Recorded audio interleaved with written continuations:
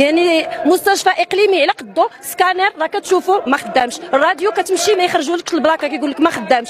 شنو يعني هذه ابسط الامور اللي كتكون في مستعجلات اقليميه. شنو يعني احنا نهضروا بصفه عامه سورتو المستعجلات يعني، اما التخصصات ناهيك. يعني بالنسبه لي انا عندي وليد خاصك تمشي لطبيب العينين، سير تلفاس عند باب الحديد بزاف. انا قلت لك باش توصل لليبرا ديال الحريق مستعجلات تمشي تشريها رفع القلم كما كان. تمشي للطبيب وهذا كتسولو راه فيها الحريق ولا شي حاجه ولا هذا، كيغوت عليك ويسد عليك الباب.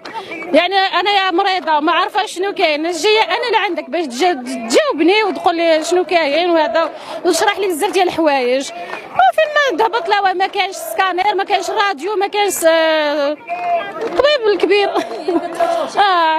واما خرج جيب هادي ولا هادي ولا هادي وصافي. يعني مشكله كارثيه، حاله ما كاينش.